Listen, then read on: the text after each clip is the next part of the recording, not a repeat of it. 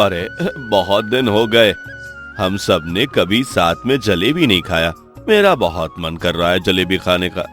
हाँ, मेरा भी बहुत मन कर रहा है जलेबी खाने का। बहुत दिन हो गए हैं, मैंने जलेबी भी नहीं खाई है। एक काम करते हैं, इस संडे हम सब कहीं बाहर घूमने चलते हैं, बहुत मजा आएगा और वही जलेबी भी खा लेंगे। अरे जलेबी खाने के लिए बाहर जाने की क्या जरूरत? अगर तुम सबको जलेबी ही खानी है तो कल ऑफिस आते वक्त सबके लिए जलेबी ले आऊंगा। ओहो, अगर सुमित जलेबी लाएगा तो फिर मजा ही आ जाएगा। अगली बार सुमित जलेबी लाया था, वाह क्या स्वादिष्ट जलेबी थी, खाकर तो मजा ही आ गया था। क्या सच्ची? अरे हाँ संध्या, तुम तो इस ऑफिस में नई आई हो, एक बार सुमित के घर की जलेबी खाकर तो देखो, तुम्हें भी बहुत अच्छी लगेगी। फिर तो आप सबके लिए जलेबी जरूर ले आइएगा। हाँ हाँ बिल्कुल, कल मैं सबके लिए जलेबी ले आऊंगा। इसके बाद सभी लोग अपने अपने काम में लग जाते हैं।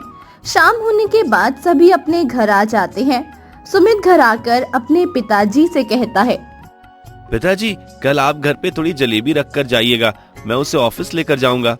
अच्छा बेटा ठीक है, कल मैं घर में तेरे लिए जलेबी रख कर जाऊंगा, तू उसे ऑफिस लेकर चले जाना। हाँ, लेकिन तू ऑफिस में जलेबी की पार्टी किस खुशी में दे रहा है? अरे नहीं पिताजी, कोई खास बात नहीं है, बस ऐसे ही सभी को जलेबी खानी थी तो मैंने कहा कि मैं ले आऊंगा।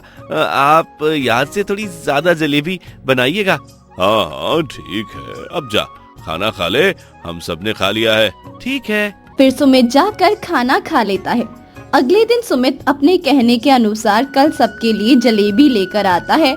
सभी लोग जलेबी खाते हैं। सभी को जलेबी बहुत पसंद आती है और फिर सभी लोग सुमित की तारीफ करने लगते हैं। हर बार की तरह इस बार भी सुमित की लाई हुई जलेबी बहुत ज्यादा स्वादिष्ट है। हाँ वो तो है, जलेबियाँ तो बहुत ही ज्यादा स्वादिष्ट है। थैंक यू तारीफ के लिए। अब आप सब जल्दी जल्दी जलेबी खा लीजिए वरना ठंडी हो जाएगी। अरे हम सब तो खा ही रहे हैं, बस ये संध्या थोड़ा शर्मा रही है, नई आई है ना इसलिए। अरे नहीं नहीं, ऐसा कुछ नहीं है। अच्छा वैसे एक बात पूछूं? हाँ हाँ बिल्कुल। ये जलेबी आपने कहाँ से लाई है? वो अरे जल्दी बताइए, मैं भी हमेशा वहीं से जलेबी लाया करूंगी। अब मैं इन्हें कैसे बताऊं, मेरे पिताजी जलेबी बेचते हैं, ये सब मेरे बारे में क्या सोचेंगे। एक काम करता हूँ, झूठ बोल देता हूँ, इसके अलावा तो मेरे पास कोई रास्ता नहीं है। अरे कहाँ खो गया? संध्या कुछ पूछ रही है तुझसे। उसका बॉस है तो क्या हुआ, तू उसे अनदेखा करेगा? अरे नहीं नहीं, ऐसी बात नहीं है। जलेबी ये तो मेरी माँ ने बनाया है। वाह, आपकी माँ तो बहुत ही अच्छी जलेबी बनाती है। फिर सभी लोग हंसी मजाक करते हुए जलेबी खाते हैं। धीरे धीरे संध्या सुमित के बीच अच्छी बातचीत होने लगती है। इसी तरह 3-4 महीने बीतते हैं। दोनों को एक दूसरे से प्यार हो जाता है, लेकिन कोई भी एक दूसरे को अपने प्यार का इजहार नहीं करता है। एक दिन संध्या बहुत उदास थी। अरे क्या हो गया, तुम ठीक तो हो ना? मेरे घर आज लड़के वाले आने वाले हैं। क्या लड़के वाले? हाँ, लेकिन आपको क्या चाहिए? संजना के पास उसी से बात कर लीजिए। ये तुम क्या बोल रही हो? तूने तो पता ही है कि मैं तुमसे कितना प्यार करता हूँ और तुम मुझसे ये कह रही हो? क्या? हाँ, मैं तुमसे तुम्हारे ऑफिस के पहले दिन से ही प्यार करता हूँ, लेकिन क्या करूँ, बताने में हिम्मत नहीं हुई कभी। मैं भी तुमसे बहुत प्यार करती हूँ। अब तुम जल्दी मेरे घर वालों को अपना रिश्ता लेकर भेजो। हाँ ठीक है, लेकिन उससे पहले मैं तुम्हें एक बात बता देता हूँ। कैसी बात? देखो मैं चाहता हूँ कि तुमसे अब कुछ छिपे, इसलिए मैं तुम्हें ये बता रहा हूँ कि मेरे पापा जलेबी बेचते हैं। तुम्हें इससे कोई दिक्कत तो नहीं? भला मुझे इससे क्या दिक्कत होगी? ठीक है, फिर कल मैं तुम्हारे घर आऊंगा। अगले ही दिन सुमित अपने घर वालों से बात करके सबके साथ संध्या के घर रिश्ता लेकर आ जाता है।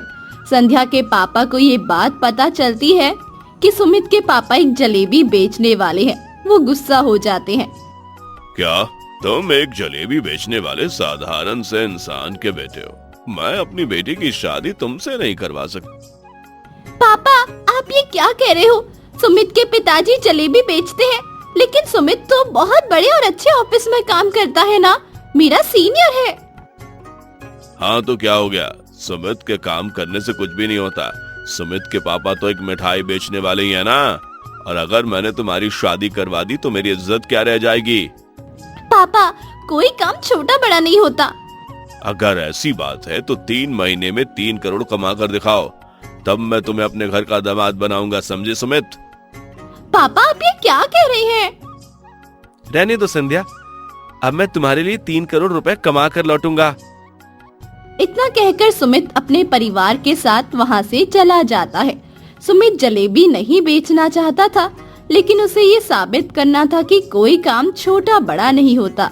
इसीलिए मजबूरन वो अपने पिताजी के साथ जलेबी बेचने का काम शुरू कर देता है। बहुत मेहनत और ईमानदारी के साथ वो काम करता है। सभी को जलेबी बहुत पसंद आती है। 1 महीने में ही वो अपनी 3 दुकान और खोल लेता है और इसी तरह तरक्की करता रहता है। 3 महीने में सुमित बड़ी ही आसानी के साथ 3 करोड़ रुपए कमा लेता है और संध्या के घर दस्तक देता है। अरे कौन आया है? मैं दरवाजा खोलती हूँ। संध्या दरवाजा खोलती है। दरवाजे पर सुमित को देखकर हैरान रह जाती है। कौन है बेटा? मैं आया हूँ आपके 3 करोड़ रुपए लेकर। अब आपको अपनी बेटी की शादी मेरे साथ करवानी होगी। तुमने जलेबी बेचकर 3 महीने में 3 लाख रुपए कैसे कमाए? सिर्फ 3 लाख ही नहीं, 30 दुकान के साथ 30 रसोई भी खरीदी, और अब जलेबी के साथ तरह तरह की मिठाइयां बेचते हैं। बेटा मुझे माफ कर दो, मुझसे बहुत बड़ी गलती हो गई। मुझे तुम्हारे पिताजी के काम को छोटा नहीं बोलना चाहिए था। तुमने आज मेरी आंखों की पट्टी खोल दी। मुझे समझ में आ गया कि कोई भी काम छोटा या बड़ा नहीं होता, काम तो काम होता है।